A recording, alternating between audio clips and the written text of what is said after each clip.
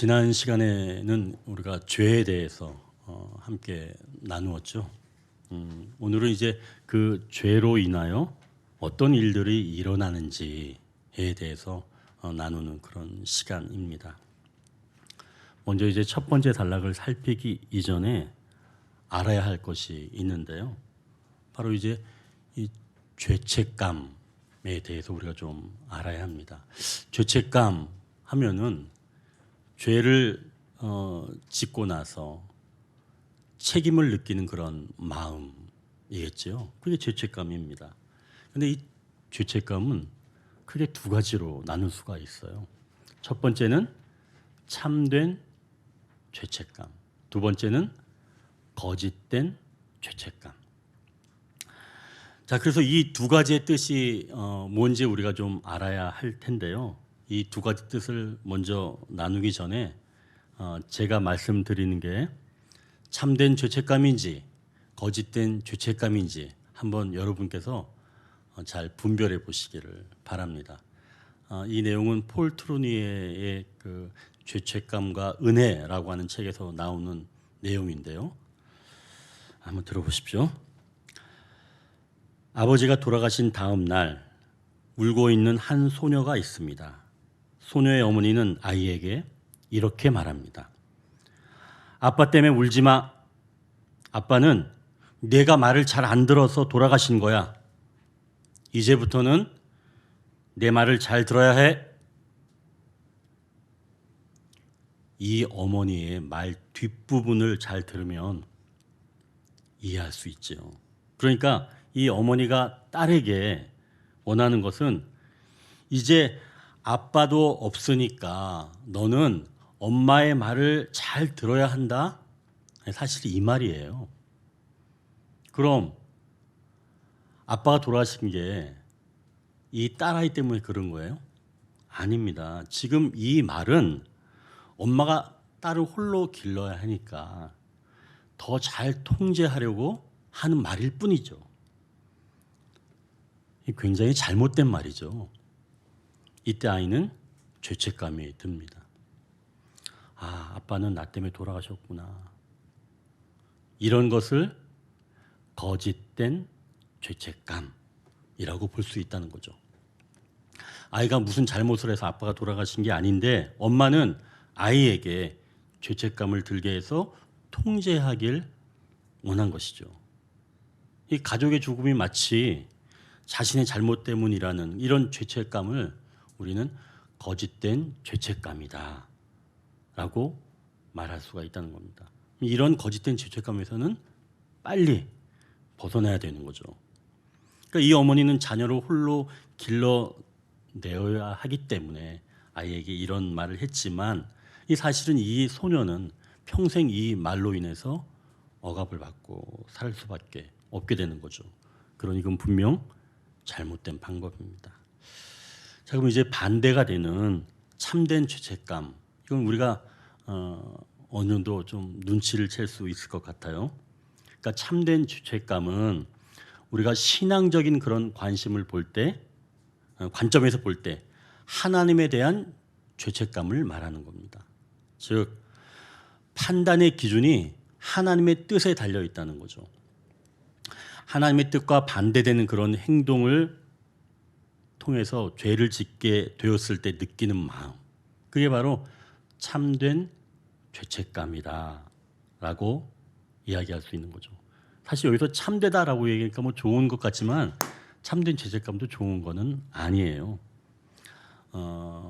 그러나 어찌되었든 하나님께 죄를 지었기 때문에 그때 느끼는 그런 책임, 그런 마음, 그런 것들을 참된 죄책감이다. 이제 이렇게 볼 수가 있는 거죠. 자, 그러니까 이제 우리가 참된 죄책감인지 아닌지 구분할 수 있는 것. 그것은 기준이 뭐라 그랬죠? 하나님의 뜻에 반대가 되는지 아닌지. 그것으로 우리가 구분할 수가 있다는 겁니다. 자, 이제 이러한 그 내용을 가지고 우리가 첫 번째 단락을 보겠습니다. 첫 번째 단락. 참된 죄책감과 거짓된 죄책감이 있다. 먼저 한번 8절을 한번 보니까요. 8절에 그들이 그날 바람이 불 때 동산에 거니시는 여호와 하나님의 소리를 듣고 아담과 그의 아내가 여호와 하나님의 낯을 피하여 동산 나무 사이에 숨은지라 이렇게 말씀합니다. 여호와 하나님의 낯을 피해서 지금 동산 나무에 숨었다는 거죠. 하나님이 먹지 말라던 선악과를 먹어서 죄를 지었기 때문에 숨은 겁니다. 자, 그렇다면 이 부부가 느끼는 이 감정, 이 죄책감, 이거는 거짓된 죄책감일까요? 참된 죄책감일까요? 참된 죄책감이죠. 그러죠. 이제 잘 구분하시네요. 이게 굉장히 중요하거든요. 이건 참된 죄책감입니다. 하나님의 말씀을 지키지 못해서 죄를 짓고 느끼게 되는 그런 마음, 그런 감정을 참된 죄책감이다라고 할 수 있는 거죠. 사람이 죄를 지으면 이렇게 죄책감이 드는 게 당연합니다. 이 죄가 그런 역할을 하는 거예요. 마음이 너무나 괴롭죠. 죄책감이 들게 되면. 만약 죄를 지었는데도 마음이 괴롭지 않고 무덤덤해요. 그리고 나는 뭐 별로야. 나는 뭐 아무렇지도 않아. 그런 사람은 어떻게 돼요? 미안하지만 병원에 좀 가야 돼요. 그런 사람. 그럼 사람이 죄책감이 들면 이 죄책감을 어떻게 할까요? 계속 끙끙 앓면서 계속 갖고 있을까요? 사람은 그렇지 않습니다. 사람은 그 죄책감에서 벗어나고자 자기 나름대로 조치를 취하게 되어 있어요. 사람이 죄책감을 들 때 어떻게 행동하는지 한번 우리가 8절을 다시 한번 보면 그들이 그날 바람이 불 때 동산에 거니신 여호와 하나님의 소리를 듣고 아담과 그의 아내가 여호와 하나님의 낯을 피하여 동산 나무 사이에 숨은지라. 아담과 하와가 참된 죄책감에서 벗어나고자 한 행동, 여러분 어떻게 보이나요? 먼저 하나님의 낯을 피하였다고 지금 말씀합니다. 그러니까 죄를 짓기 전에는 하나님을 피했어요? 안 피했죠. 하나님 만나는 게 굉장히 즐거웠습니다. 기다리기까지 했겠죠. 근데 죄를 짓고 나니까 지금 만나는 게 힘들어지게 된 겁니다.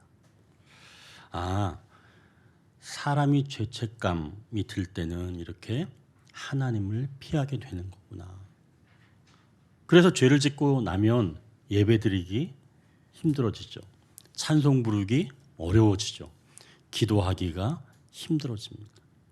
이런 모든 것들이 사실은 하나님의 낯을 피하는 것에서 시작되는 것이죠. 그럼 이렇게 하나님만 이렇게 피하게 될까요? 그렇지 않습니다. 11절에 보면 하나님께서 아담에게 그 나무 열매를 네가 먹었느냐 이렇게 아담한테 물어보니까 아담이 12절에 대답하는데요. 12절을 우리가 한번 같이 한번 읽어보겠습니다. 12절 아담이 이르되 하나님이 주셔서 나와 함께 있게 하신 여자 그가 그 나무 열매를 내게 주므로 내가 먹었나이다. 이 아담의 마지막 말을 들어보니까 자기가 먹긴 먹었다는 거죠. 근데 누구 때문에 먹었다는 거예요? 여자 때문에 먹었다는 겁니다. 그럼 여자는 누가 만들어 주신 거예요? 하나님이 주셔서 나와 함께 있게 하신. 그러니까 아담은 여자를 만들어 주신 하나님을 원망하면서 여자 때문에 먹었다라고 지금 말하는 겁니다. 그러니까 아담은 하나님의 말씀을 지키지 못해 죄를 지었기 때문에 죄책감이 들었는데 이제는 자기가 지은 이 죄는 누구 때문에 그렇게 되었냐면 바로 여자 때문에. 이걸 이제 우리가 변명, 핑계 이렇게 이야기를 하죠. 심리학에서는 이 용어를 투사라고 말합니다. 투사. 던져버리는 거죠. 다른 사람에게나 이렇게 던지는 거. 사람이 이렇게 죄책감이 들면 마음이 괴로우니까 타인에게 또는 하나님에게 던져버리는 그런 행동을 한다는 것이죠. 이게 죄를 지은 사람의 자연스러운 그런 행동입니다. 우리는 신앙이니까 이 투사라는 용어 대신 신앙적인 용어로 본다면 죄의 효능이라고 볼 수가 있습니다. 그럼 죄를 지었을 때 죄책감이 일어나면서 죄의 효능은 크게는 이제 좀 두 가지가 나왔어요. 첫 번째는 하나님의 낯을 피하는 그런 행동을 보이고, 두 번째는 타인에게 책임을 넘기는 그런 죄의 효능을 우리가 발견하게 되었습니다. 자, 그럼 이제 마지막으로 죄의 효능이 또 한 가지 어떤 것이 있는지 살펴보겠는데요. 이번에는 하와가 어떻게 말했는지 우리가 13절을 보도록 하겠습니다. 보니까 13절 보니까 여호와 하나님이 여자에게 이르시되 내가 어찌하여 이렇게 하느냐? 여자가 이르되 뱀이 나를 꿰므로 내가 먹었나이다. 아, 지금 하나님께서 하와에게 네가 왜 이렇게 하느냐라고 하였더니 하와가 뱀이 나를 꿰서 내가 먹었습니다. 이렇게 지금 말하고 있는 거죠. 그러니까 결국 하와는 지금 다른 피조물에게 책임을 떠넘기고 있는 겁니다. 하나님이 만드신 이 뱀 때문에 그런 거예요. 아담과 하와 모두 이런 죄책감에서 벗어나고자 타인, 그리고 하나님, 그리고 피조물 이런 것들에게 책임을 넘기려고 한다는 것이죠. 그렇다면 이 죄의 효능은 세 가지로 다 이제 모든 관계를 틀어버린다는 것을 알 수가 있습니다. 하나님도 피하고 사람과 관계도 틀어버리고 마지막으로 피조물과의 관계도 틀어버린다는, 해친다는 것을 우리가 알 수가 있다는 것이죠. 하나님 만드신 모든 것을 보시고 하나님은 좋았더라라고 이야기를 하셨는데 죄의 효능은 그 모든 것들을 틀어버린다는 말씀입니다. 이렇게 죄의 효능은 관계를 해치기 때문에 그 안에서 일하는 모든 것들을 좋았던 것에서 괴로운 것으로 만들어버린다는 얘기죠. 그럼 이런 괴로운 상태에서 영원히 살면 어떻게 돼요? 너무나 끔찍하죠. 영원히 사는 게. 그러겠죠. 물론 이제 그래서 하나님께서 나중에 이들을 쫓아내시기도 하지만 어찌됐든 우리가 이 죄의 효능 때문에 이렇게 모든 관계가 틀어지게 되었고 그로 인해서 이제 심각한 지경에 이르게 되었다라고 하는 것이죠. 자, 그러면 이제 이 죄를 지은 사람이 다시 온전하게 자기가 이 모든 것들을 수습해야 할까요? 이제 두 번째 단락을 보겠습니다. 하나님은 각각의 징벌로 죄책감에서 벗어나게 하신다. 14절에서 19절인데요. 여기에서 지금 징벌이라고 하는 이 단어는 죄에 대해서 벌을 준다는 그런 내용이겠죠. 이 단어를 들을 때 혹시 목사님 그건 너무 시대에 뒤떨어지는 그런 단어 아닌가요? 라고 생각할까 봐 제가 사실은 마음에 좀 염려가 있었습니다. 성도들이 이걸 보고 아니 웬 징벌 이럴까 봐 말이죠. 요즘 인권이 우선시 되니까 벌이라고 하는 그런 단어에 대해서 굉장히 민감하게 생각하잖아요. 그러나 신앙의 세계, 하나님이 다스리시는 방법에는 분명히 징벌도 있습니다. 우리가 겸손하게 그것을 받아들일 수도 있어야 하는 거예요. 마음이 완악한 사람을 다스릴 때는 하나님께서는 좀 더 강하게 다스리시기도 하지요. 왜 그러면 큰 충격을 받아야 좀 정신을 차리니까 강하게 다루시는 때도 있습니다. 하지만 우리가 반드시 기억해야 할 건 하나님이 다스리시는 징벌은 살리는 징벌입니다. 나쁜 마음을 쏟아 부어서 화풀이하는 그런 징벌이 아니라 비록 죄는 지었지만 다시 살아나서 하나님이 주시는 그런 소명을 품고 달려갈 수 있도록 살리는 징벌이라는 것이죠. 물론 예외는 있습니다. 이 살리는 징벌은 사람에게만 해당되는 거예요. 사탄으로 볼 수 있는 뱀에게는 적용되지는 않습니다. 14절을 보십시오. 하나님께서 뱀에게 살리는 징벌이 아니라 저주의 징벌을 내리십니다. 14절을 우리가 같이 한번 읽을까요? 여호와 하나님이 뱀에게 이르시되 내가 이렇게 하였으니 내가 모든 가축과 들의 모든 짐승보다 더욱 저주를 받아 배로 다니고 살아있는 동안 흙을 먹을지니라. 아멘. 하나님은 사람에게는 어찌하여 이렇게 하느냐 물으셨어요. 하지만 뱀에게는 그런 거 묻지 않으십니다. 내가 이렇게 하였으니라고 그냥 딱 결정문을 읽으신 거예요. 그리고 내리시는 징벌은 모든 짐승보다 더욱 뭐를 받으라는 얘기예요? 저주를 받으라는 얘기예요. 그럼 사람에게도 저주를 내리셨어요, 하나님이? 아니에요. 하나님은 사람에게는 저주를 내리지 않으셨어요. 17절을 보십시오. 저주가 얘기도 나오긴 하는데 17절을 보십시오. 아담에게 이르시되 내가 내 아내의 말을 듣고 내가 네게 먹지 말라 한 나무의 열매를 먹었은즉 땅은 너로 말미암아 저주를 받고 지금 이 아담에게 지금 저주를 내리신다는 거예요? 아니죠. 아담에게 지금 저주를 내리는 게 아닙니다. 지금 이 아담에게 내리는 것이 아니라 땅이 아담을 통해서 땅에게 지금 내리는 거죠. 그럼 결국 하나님은 저주를 사람에게는 내리시지 않는구나. 이렇게 우리가 알 수 있는 거예요. 그러니 살리는 징벌을 하나님은 우리에게 내리신다는 거죠. 그럼 이제 궁금한 거예요. 아니 도대체 살리는 징벌이 뭐야? 이거 좀 궁금해지죠. 자, 그럼 살리는 징벌이 어떤 건지 먼저 하나님께서 하와를 어떻게 살리는 징벌을 내리시는지 하와를 통해서 우리가 한번 보겠습니다. 16절 하반절인데요. 하반절에 이렇게 기록되어 있습니다. 너는 남편을 원하고 남편은 너를 다스릴 것이니라 하시고. 우리가 이 구절을 읽으면 이게 왜 살리는 징벌이지? 이렇게 생각할 수 있습니다. 그런데 하와가 이 말을 듣고선 얼굴이 빨개졌을 겁니다.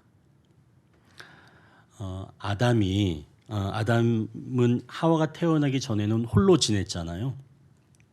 짐승들을 이름을 지으면서 보니까 다 짝이 있었습니다.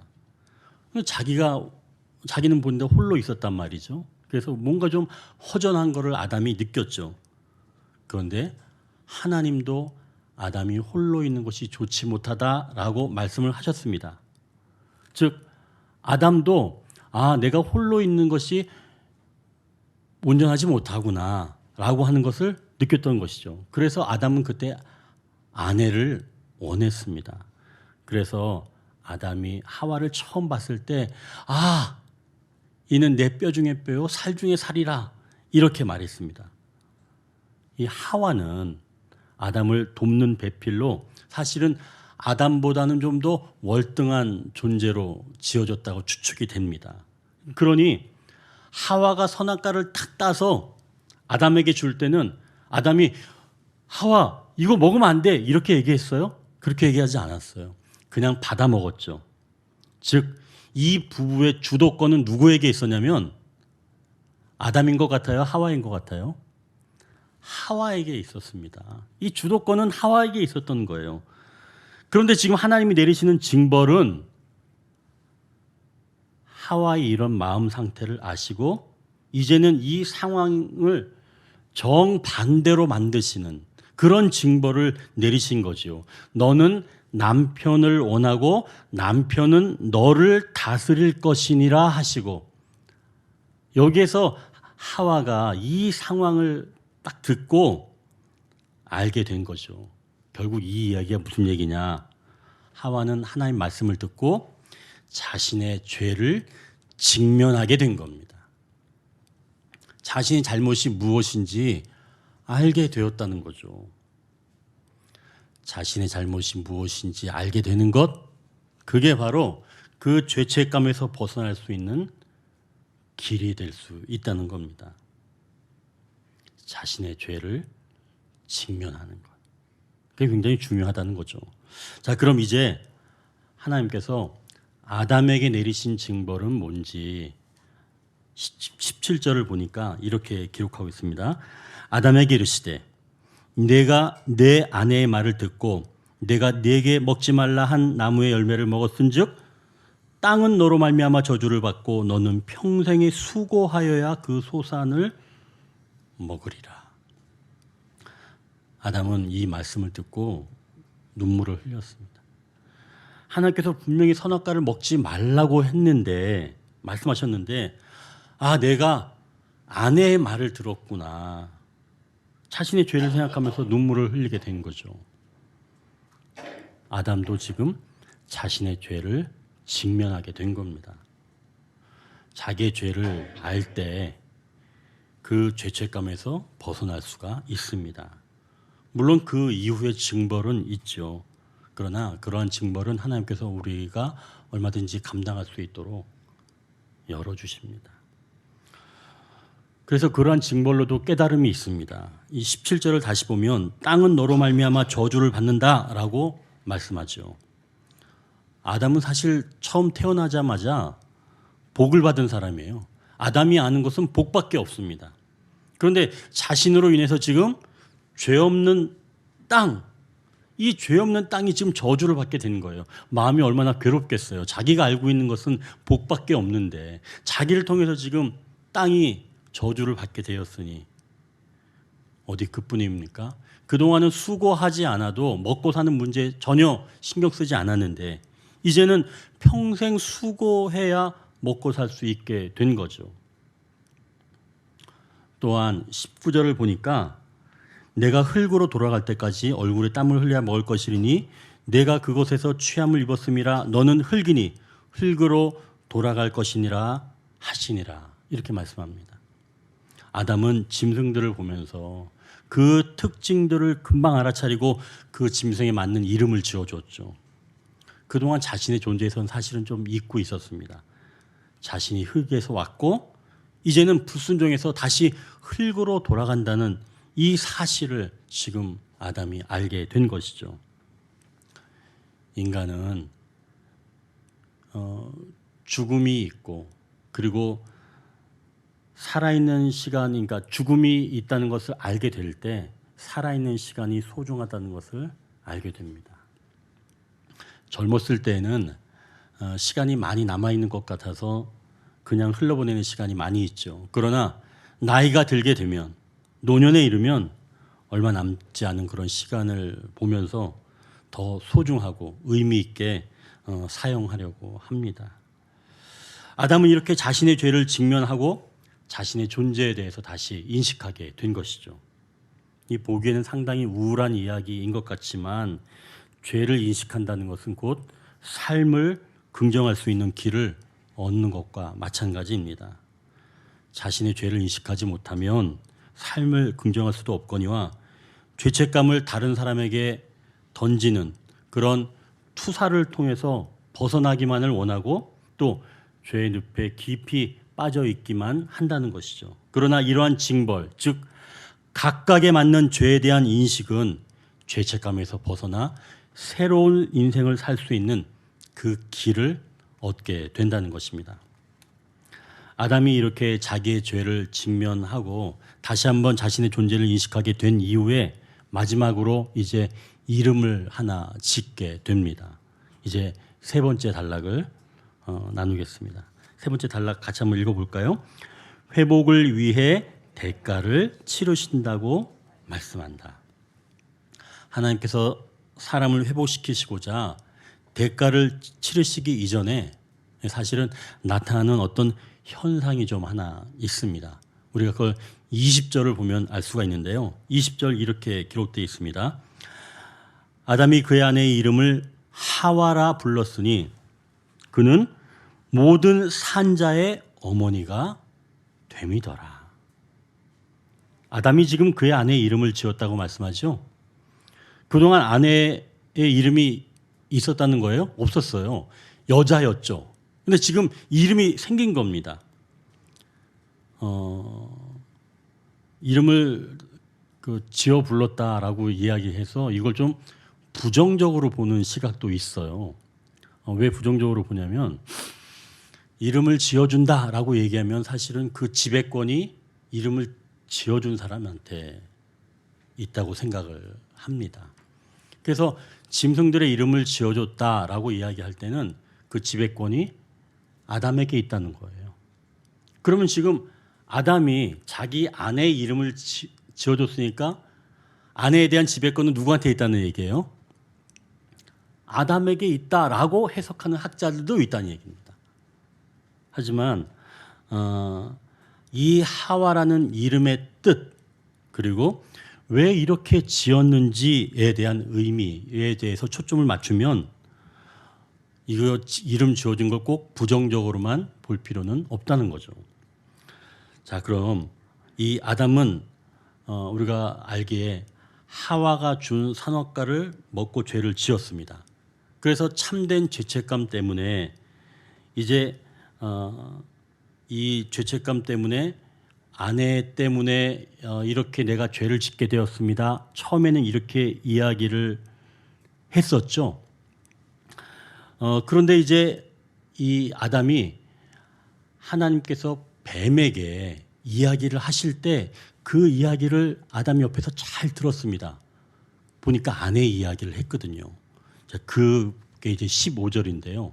15절에 하나님께서 뱀에게 이렇게 말씀하십니다. 내가 너로 여자와 원수가 되게 하고 내 후손도 여자의 후손과 원수가 되게 하리니 여자의 후손은 내 머리를 상하게 할 것이요 너는 그의 발꿈치를 상하게 할 것이니라 하시고 아담이 옆에 있으면서 분명히 들은 거예요. 하나님은 하와를 통해서 다시 새로운 약속을 하고 계시는 겁니다. 여자의 후손이 뱀의 후손, 즉 사탄의 후손과 원수가 되게 하고 결국엔 여자의 후손이 사탄의 후손의 그 머리를 부숴버린다라고 하는 그런 메시지를 아담이 듣게 된 거죠. 그러니까 결국 아내를 통해서 소망이 생긴다는 것을 이 아담이 알게 된 겁니다. 그래서 아담은 아내 이름을 뭐라고 지은 거예요? 하와. 자, 그럼 여러분 성경 한번 보십시오. 성경책에 거기 하와라고 해놓고 그 앞에 숫자 있나요, 여러분?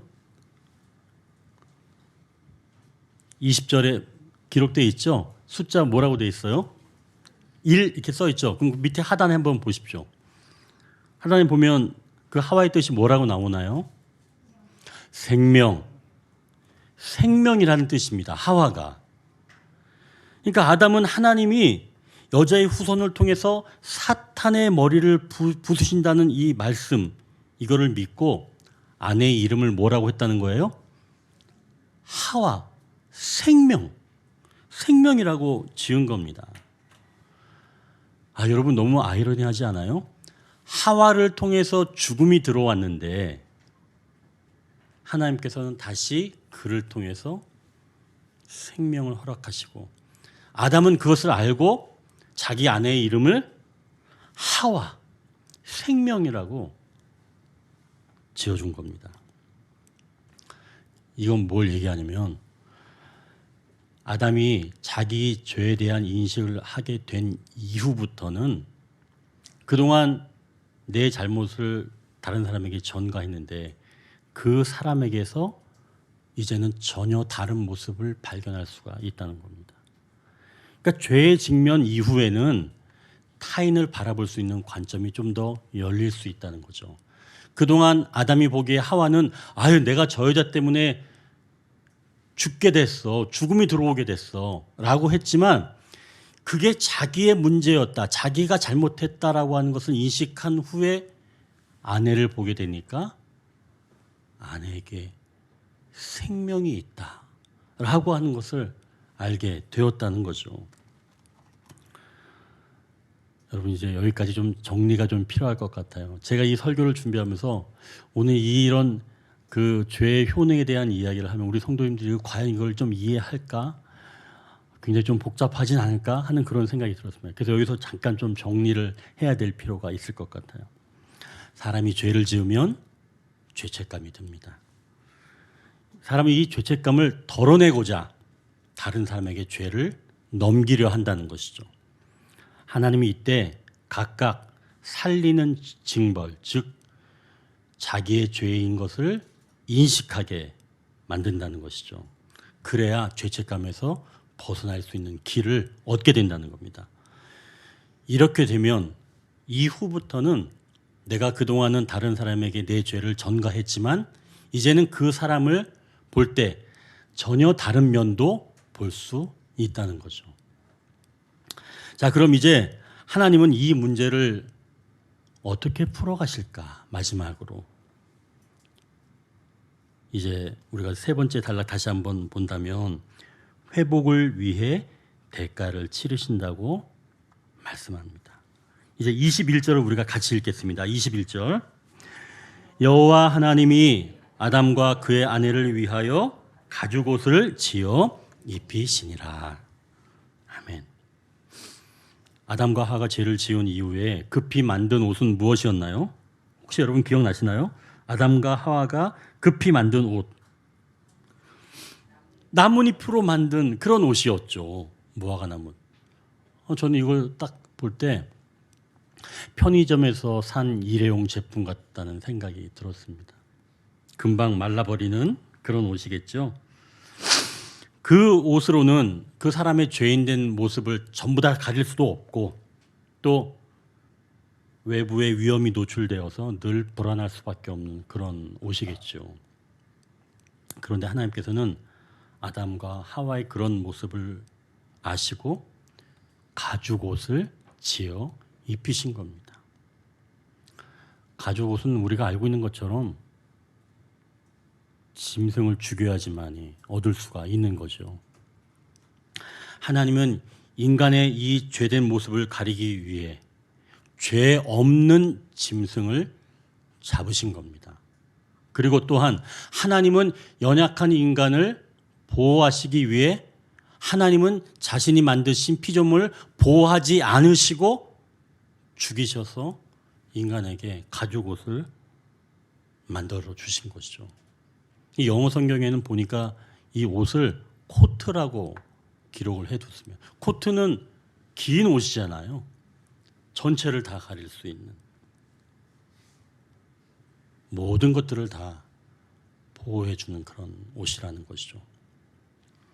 사실은 이 말씀은 우리가 많이 들었던 것처럼 장차 예수 그리스도께서 십자가에서 그의 피 흘려 돌아가심을 통해서 모든 인류를 다시 회복시키신다는 그 말씀을 의미합니다.